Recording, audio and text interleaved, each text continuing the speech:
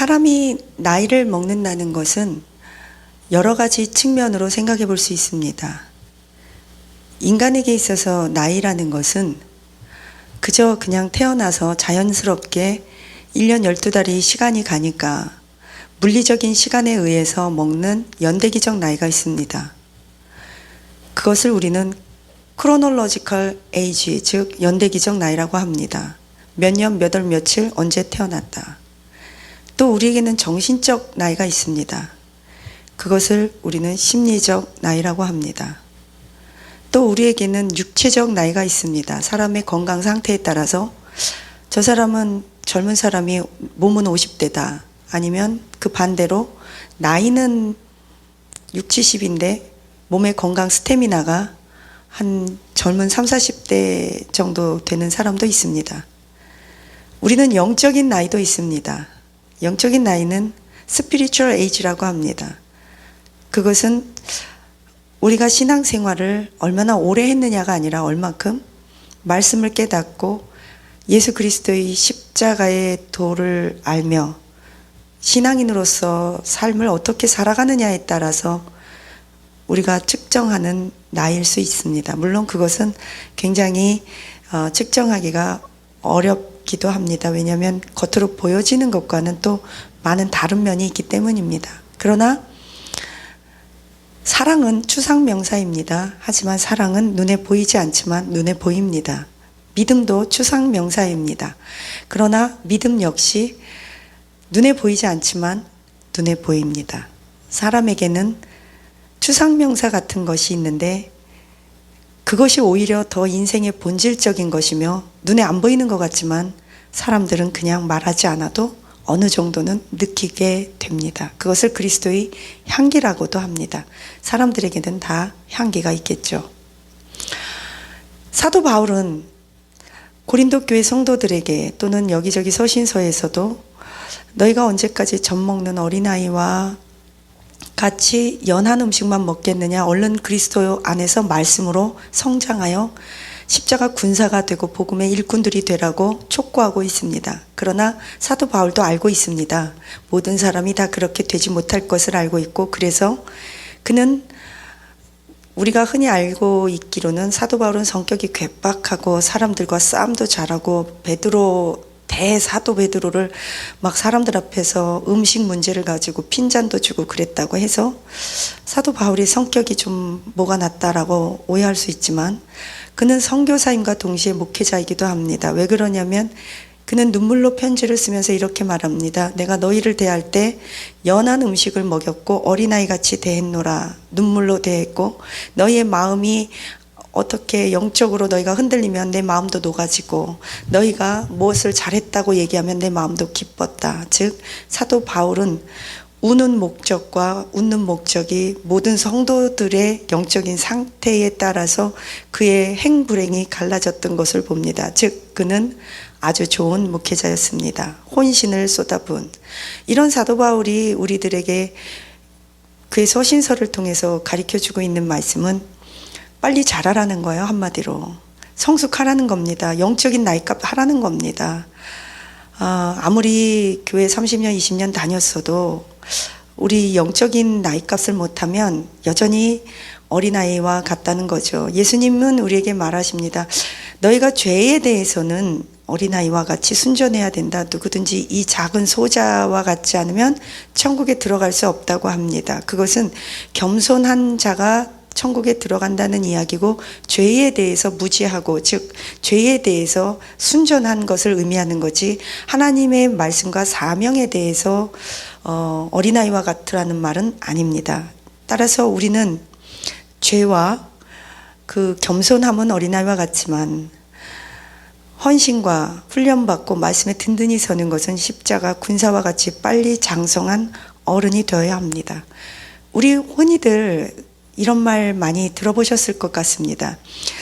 쟤는 나이만 먹었지 철이 없어. 또는 어른들을 향해서는 저 사람은 나이값을 못해.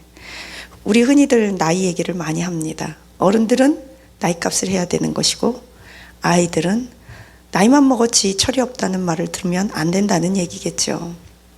그렇다면 나이값이라는 게 뭘까? 왜 우리는 나이값을 못할까? 어린아이들이 나이값을 못하는 것은 자라면서 나이값하는 어른들을 보고 배운 적이 없기 때문이라고 단편적으로 생각해 볼 수 있습니다. 사람은 들은 것은 잊어버립니다.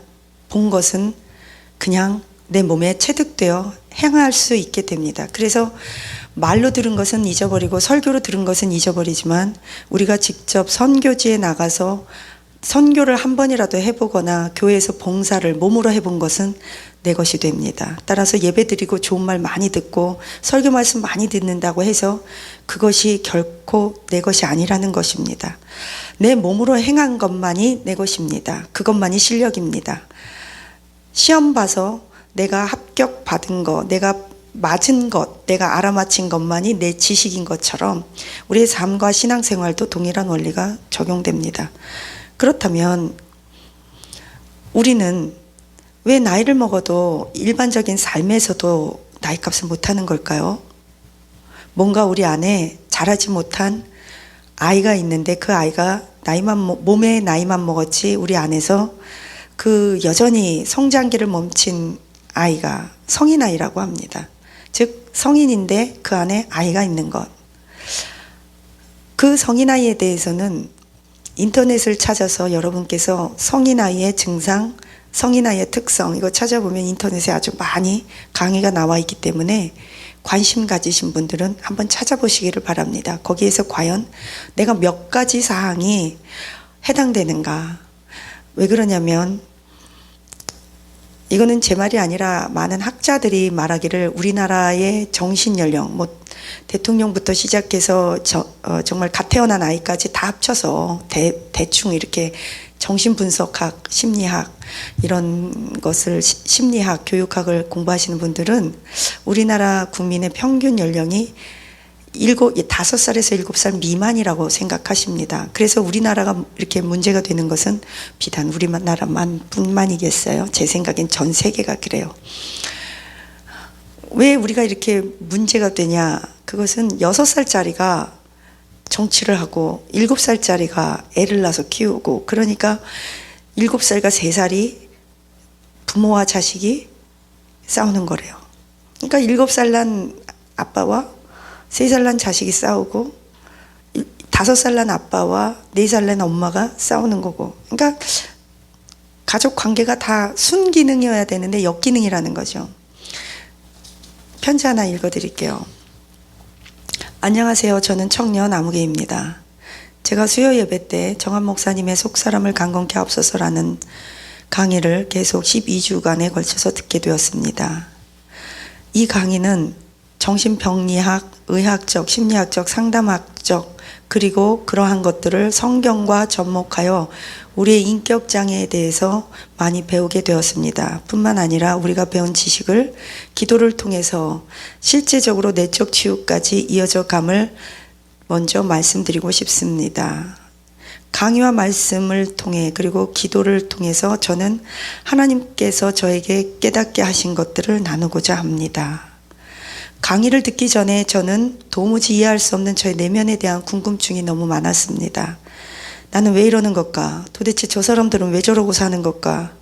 말로 다 표현할 수 없었던 나와 다른 사람들의 행동에 대해서 이제는 조금은 이해할 수 있을 것 같습니다. 강의를 통해서 무엇보다 제가 가장 많이 깨달은 것은 성인아이라는 것입니다. 성인아이라는 것은 자라다가 만 어른입니다. 나이만 먹었지 마음 안에 어린아이가 들어앉아 있어서 그 다 자란 어른, 몸만 자란 어른을 조종하고 있는 것을 성인아이라고 합니다. 5살 같은 행동을 하는 사람은 5살 정도에서 성장을 멈춘 것이고 3, 4살처럼 반항하는 사람은 3, 4살 그 시점에서 성장이 멈춘 것이라는 것을 알게 되었습니다. 성장이 멈춘 이유는 당연히 받아야 될 양육과 보호, 사랑과 보살핌을 받지 못했고 여러 가지 외부의 트라우마, 상처로 인한 것이며 무엇이 옳고 그르고 어떤 것이 어른으로서의 하는 행동과 말인지를 주변에서 보고 배운 바가 없기 때문이라는 것을 알게 되었습니다. 어린아이였을 때 받았던 여러 가지 상처와 이런 미성숙한 교육이 나의 뇌에 단기적으로 기억하게 하는 해마에 여전히 보존되고 있다는 것을 알게 되었습니다. 즉 어렸을 때의 교육과 경험들은 없어지는 것이 아니라 우리의 기억 장치를 담당하고 있는 뇌의 해마에 그대로 보존되어 있고, 이것은 때로는 여러 가지 통로를 통해서 사단이 우리의 뇌에 왜곡된 기억과 이미지를 계속 반복하면서 되풀이하고, 이러한 악순환이 반복되어 우리의 습관이 되는 것을 배웠습니다. 즉 이러한 것들은 결국 우리의 인생의 질을 결정짓게 됩니다. 사단은 우리의 뇌를 이렇듯 조종하고 우리를 망하게 하려는 것을 알게 되었습니다. 하나님의 진리의 말씀이 들어가려면 가장 먼저 우리의 마음이 변해야 합니다. 그 마음이 변한다는 것은 생물학적으로 우리의 뇌가 변한다는 것입니다.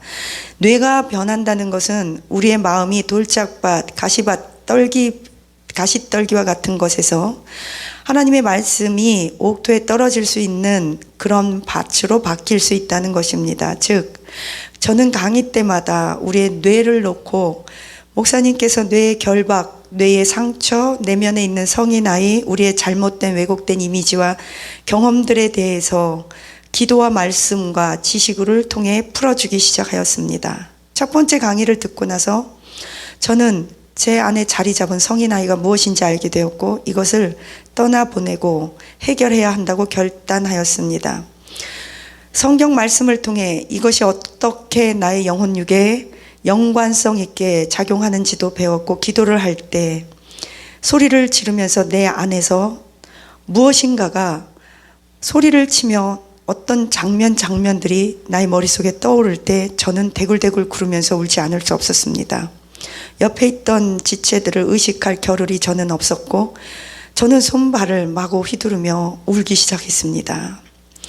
때로는 제가 기도할 때 아빠의 기준에 내가 미치지 못했던 내 자신의 모습이 떠올랐고, 나는 큰 잘못을 하지 않았음에도 불구하고 학대를 당해야만 했던 내 안의 어린아이가 나의 울분을 통하며 떠나가기도 했습니다. 어떨 때는 저 혼자 부모님과 친구들에게 욕을 했던 내 모습이 떠올랐고, 엄마에 대해 가졌던 연민의 감정들이 얼마나 나에게 내면에서 속박으로 자리 잡았는지 저는 그것을 풀어 헤쳐나가기 시작했습니다. 엄마에 대한 연민을 가짐과 동시에 저는 또 다른 내 안에 엄마를 미워하는 감정이 있다는 것을 알고, 왜 내가 엄마를 미워하는지 그 이유도 알게 되었습니다. 내적 치유를 갖는 기간 동안 속 사람이 강건해야 한다는 그 일사각오의 정신으로 저는 엄마를 미워할 수밖에 없었던 상처받았던 사건들 하나하나를 성령님께서 기억나게 하셨습니다. 기도 시간에 말씀을 듣는 중간에 울음을 멈출 수 없었습니다. 엄마에 대한 연민이 결국 내 자신에 대한 연민의 감정으로 똘똘 뭉쳐 있다는 사실을 알게 되었고, 이것 때문에 저는 제 슬픈 감정을 이해해 줄 수 있는 남자를 찾아 헤매고 다녔다는 것을 알게 되었습니다. 두 번째, 세 번째 목사님의 강의 시간이 진행됨에 따라 저는 내 안에 있는 이기적이고 외롭고 늘 남들의 칭찬만 탐하는 저의 어린아이가 떠나가고 있는 것을 느꼈습니다. 내가 왜 그토록 다른 사람의 눈을 의식하며 전전긍긍하고 남들에게 칭찬받고자 그렇게 애를 썼는지, 왜 그런 어린아이들이 내 안에 있었는지 저는 성령님께서 하나하나 깨닫게 하셨습니다. 강의를 듣기 전에 가졌던 저의 내면에 대한 여러 가지 이상한 궁금증들이 하나하나 풀리게 됨에 따라 제 입에서 미소가 떠올랐습니다. 이것이구나. 어둠의 권세가 떠나가자 사단에게 장악됐던 나의 모든 문제들이 예수 그리스도 앞에서 하나하나 해결되고, 지적으로 그것이 지식으로 정리되고 나니 내 입에서 찬양이 저절로 계속 흘러나오고 있는 것을 느끼게 되었습니다. 저는 요즘 하루하루가 행복합니다. 하나님을 만나는 것이 기뻤기 때문입니다. 제 마음이 정리정돈되고 마음에 있는 가시와 돌짝들이 제거되자 하나하나 말씀이 깨달아지는 것을 느끼게 되었습니다. 내가 그동안 왜곡돼 보였던 이 세상과 저 사람이 잘못이라고 생각했던 미워했던 사람들과 부모님들, 그리고 하나님은 나를 사랑하지 않는다고 생각했던 그러한 많은 왜곡된 감정들이 하나하나 정확하게 느껴지기 시작했습니다. 그러다가 문득 하나님이 왜 나의 상처를 만져주고 치유해 주시는 걸까? 이런 생각을 하게 되었는데 저는 그 답을 알게 되었습니다.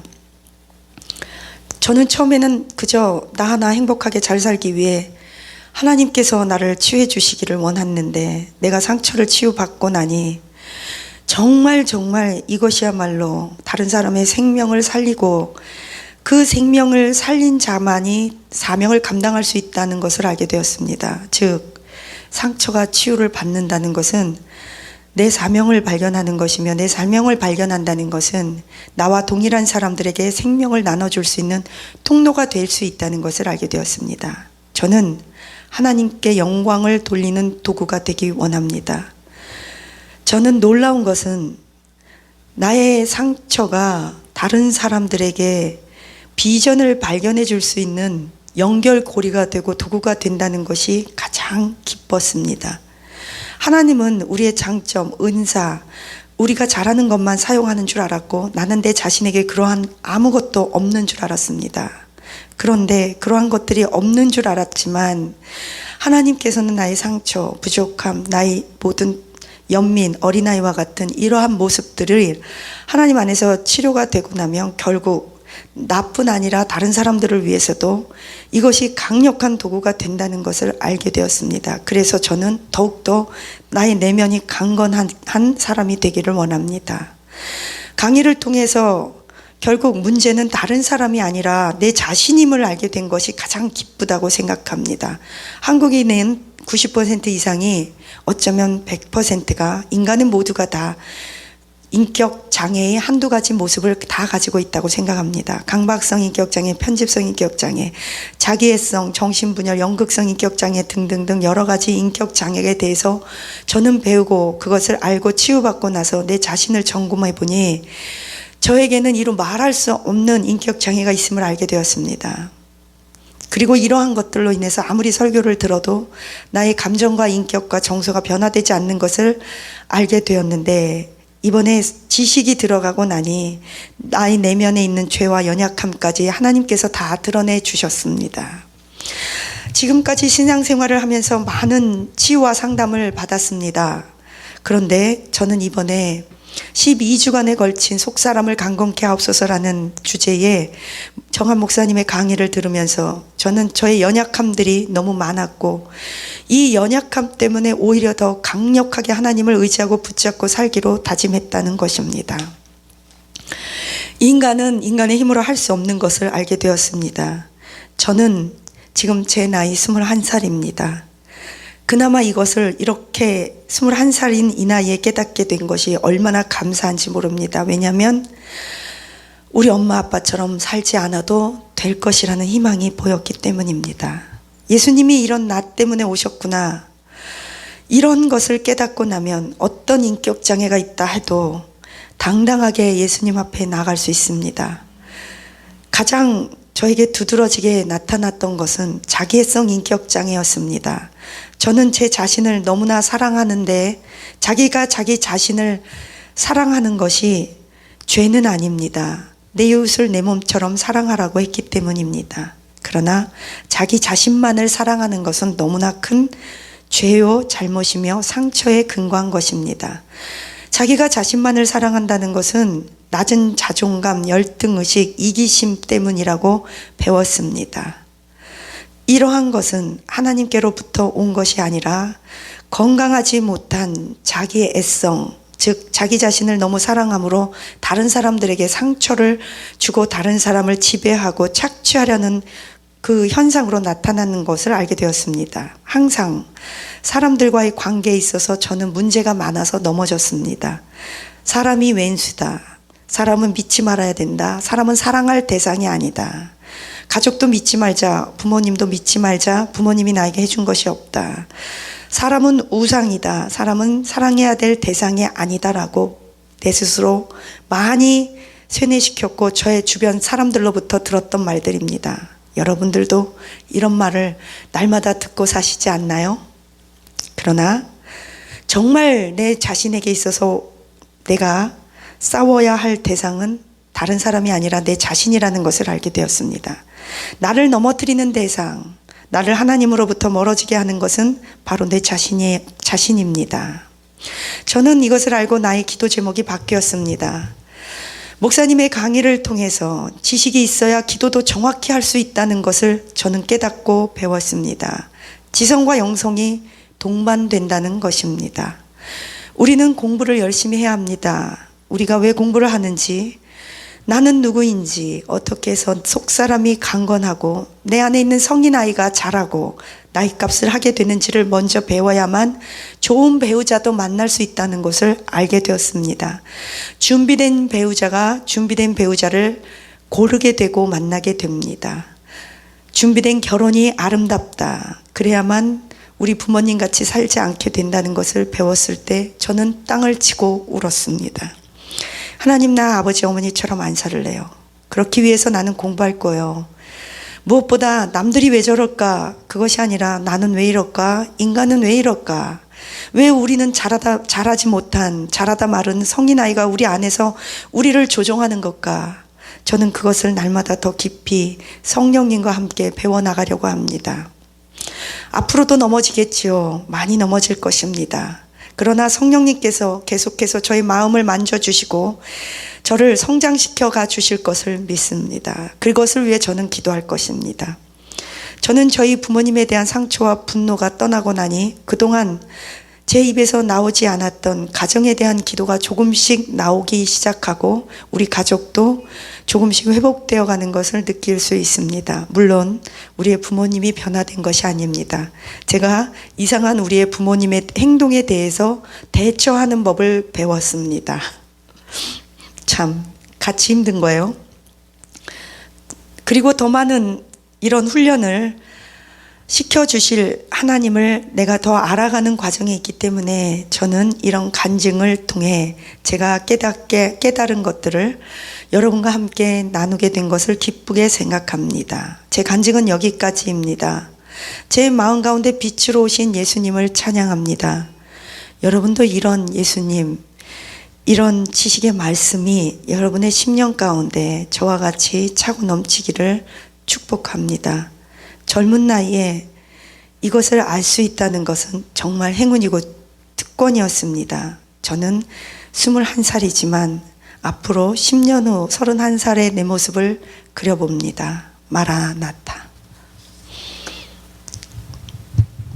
여러분 자녀들이 나이값을 못한다고 생각하시면 내가 자녀들에게 어쩌면 나이값을 잘하는 어른의 모습을 못 보여줬구나 한번 생각해 보시면 되는데 그게 그렇게 생각나지 않아요. 왜냐하면 성인 아이의 모습이 뭔지를 우리는 모르기 때문이에요.